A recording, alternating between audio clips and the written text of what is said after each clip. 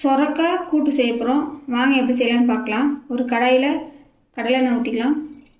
எண்ணெய் கொஞ்சம் கடுகு சேர்த்துக்குங்க.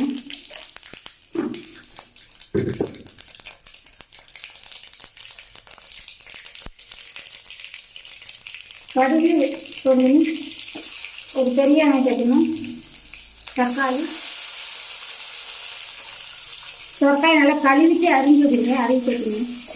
சேர்த்து நல்லா வதக்கிக்கணும். கொஞ்சம் வதங்கினோடனே நம்ம கடலை உப்பு சேர்த்துக்கணும்.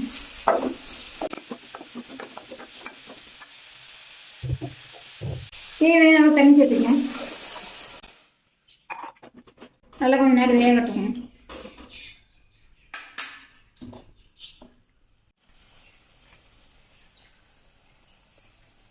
தேவையான அளவு உப்பு சேர்த்துக்கணும்.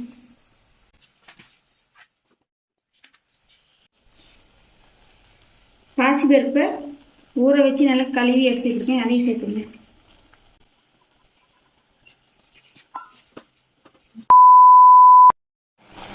பாருங்க, ஒரு கொதி வந்திருக்கு. இது ஒரு 10 நிமிஷம் வேகட்டுங்க.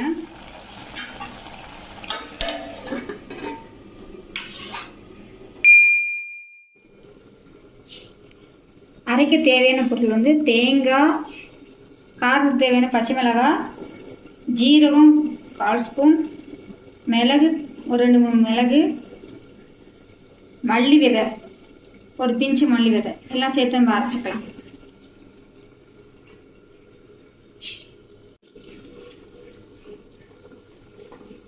ஒரு ஜாரில் போட்டு அரைச்சிக்கணும்.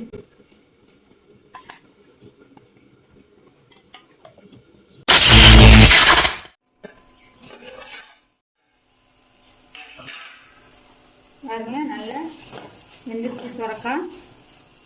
இப்போ நம்ம அரைச்சி விழுந்து சேர்த்துக்குங்க.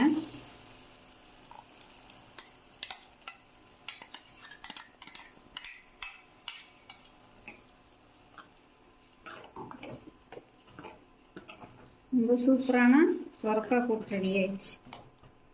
லைட்டாக ஒரு கொதி வரணும்.